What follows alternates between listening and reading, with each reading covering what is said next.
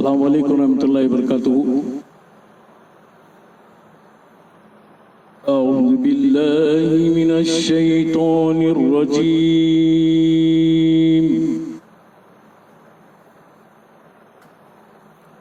بسم اللہ الرحمن الرحیم۔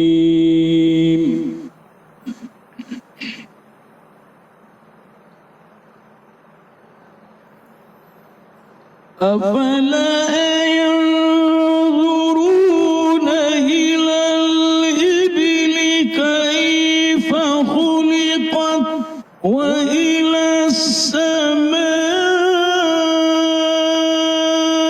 كيف رفعت وإلى الجبال كيف نصبت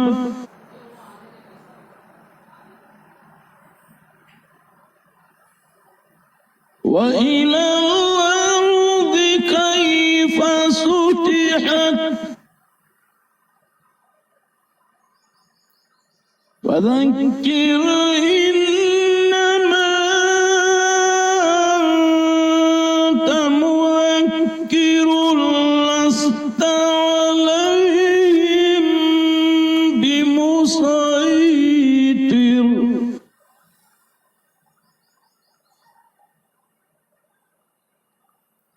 إلا من تولى وكفر فيعذبه الله العذاب الأكبر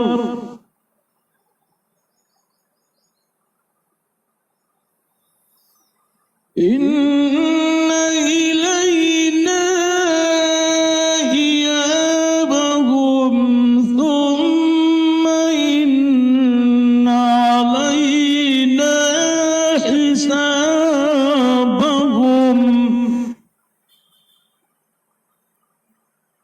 صدق الله العظيم۔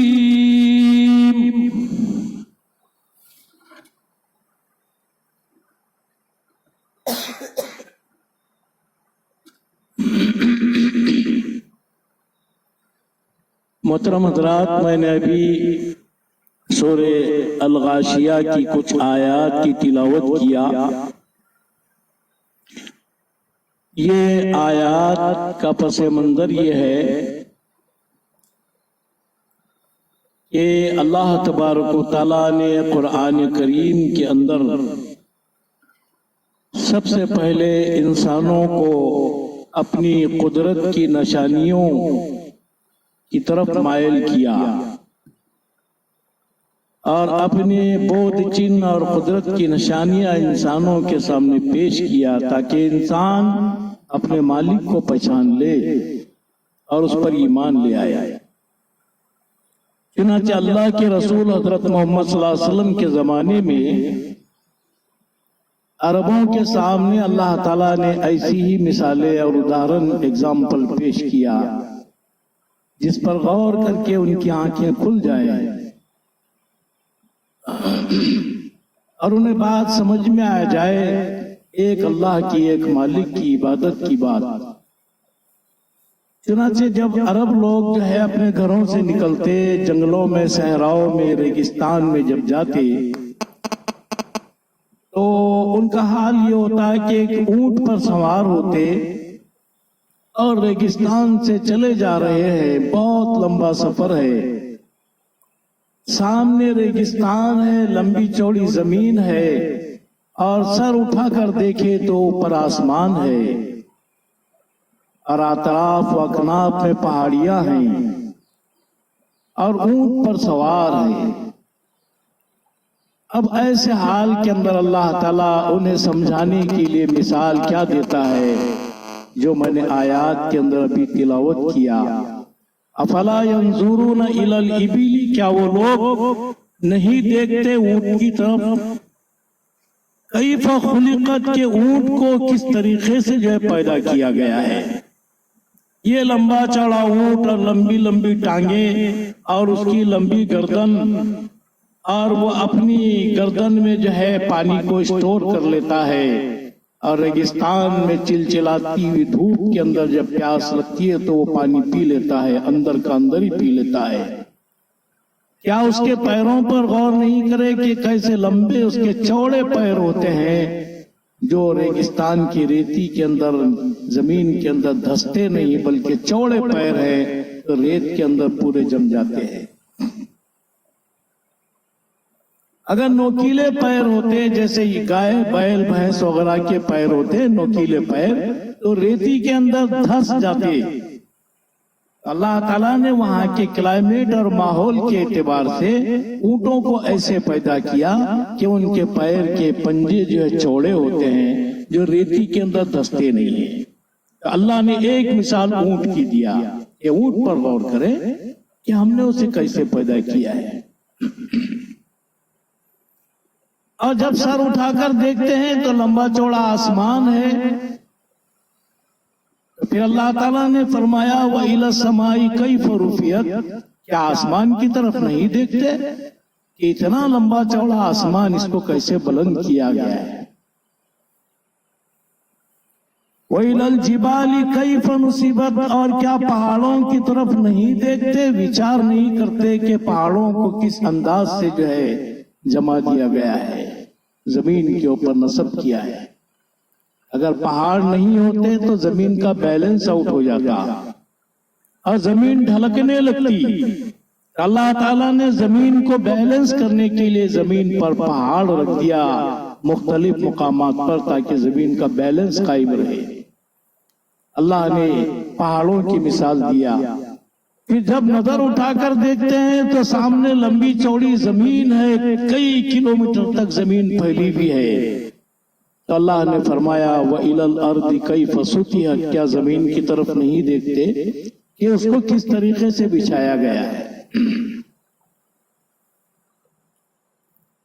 اتنی مثالیں اللہ تعالیٰ بیان کرتا ہے وَإِلَى الْأَرْضِ كَيْفَ سُطِحَتْ، پھر فرماتا ہے کہ فَذَكِّرْ، اے نبی صلی اللہ علیہ وسلم آپ لوگوں کو سمجھائیے، اس مالک کے بارے میں سمجھائیے، اس مالک کے بارے میں نصیحت کیجیے۔ لَسْتَ عَلَيْهِمْ بِمُسَيْطِرٍ، آپ ان پر داروغہ نہیں ہیں، آپ ان پر مسلط نہیں ہیں، ان کو منوانا نہیں ہے بلکہ صرف سمجھانا ہے، کیونکہ ہر انسان عقل رکھتا ہے، سمجھ رکھتا ہے، بدھی رکھتا ہے۔ انسان ایک دوسرے کو سمجھا سکتا ہے، نصیحت کر سکتا ہے، اس میں کوئی بری بات نہیں ہے، لیکن کوئی کسی پر مسلط نہیں ہے۔ اللہ فرماتا ہے کہ آپ ان پر داروغہ نہیں ہیں، کہ آپ پر کوئی ایسی بائنڈنگ نہیں ہے کہ ان کو منانا ہے، ایسی کوئی بات نہیں ہے بلکہ سمجھانا ہے۔ لَسْتَ عَلَيْهِمْ بِمُسَيْطِرٍ إِلَّا مَنْ تَوَلَّى وَكَفَرَ، لیکن جو پیٹھ پھیرتا ہے اور جو انکار کرتا ہے وَيُعَذِّبُهُ اللَّهُ الْعَذَابَ الْأَكْبَرَ، پھر اللہ ان کو زبردست عذاب دے گا۔ اِنَّ إِلَيْنَا إِيَابَهُمْ، ان کو ہماری طرف لوٹنا ہے۔ اللہ فرماتا ہے ان کو ہماری طرف لوٹنا ہے۔ وَإِنَّ عَلَيْنَا حِسَابَهُمْ، اور ہم پر ہی ان کا جو حساب کتاب ہے، ہم ہی ان کا حساب لیں گے۔ یہ بات ذہن میں رکھیے، مرنے کے بعد جب لائف ہیئر آفٹر ہوگا، پرلوک کا جیون ہوگا، تو اس میں کوئی انسان کسی انسان کا حساب لینے والا نہیں ہے، بلکہ انسانوں کا حساب لینے والا، انسانوں کا نرماتا، انسانوں کا جو کریٹر ہے وہ انسانوں سے حساب لے گا۔ کوئی انسان کسی دوسرے انسان کا حساب کتاب نہیں لے سکے گا۔ میرے بھائی، یہ چند بودھ چن جو ہے اللہ کی قدرت کی نشانیاں میں نے آپ کے سامنے پیش کیا۔ گیان کو چھپانا، علم کو چھپانا، یہ بہت بڑا پاپ سمجھتا ہوں میں۔ اس لیے میری کوشش یہ ہوتی ہے کہ بھائی قرآن کی جو آیتیں ہیں اس کا ترجمہ، اس کا انواد آسان انداز سے لوگوں کے سامنے پیش کیا جائے۔ نالج حاصل کرنے میں کوئی بری بات نہیں ہے۔ پھر اللہ دوسری جگہ فرماتا ہے وَفِي الْأَرْضِ آيَاتٌ لِّلْمُوقِنِينَ، کہ یقین اور شردھا رکھنے والوں کے لیے اس پرتھوی کے اوپر، اس دھرتی کے اوپر ہمارے بودھ چن پھیلے ہوئے ہیں۔ وَفِي أَنفُسِكُمْ، اور تمہارے شریر کے اندر بھی ہمارے بودھ چن پھیلے ہوئے ہیں۔ افلا تبصرون، کیا تم دیکھتے نہیں؟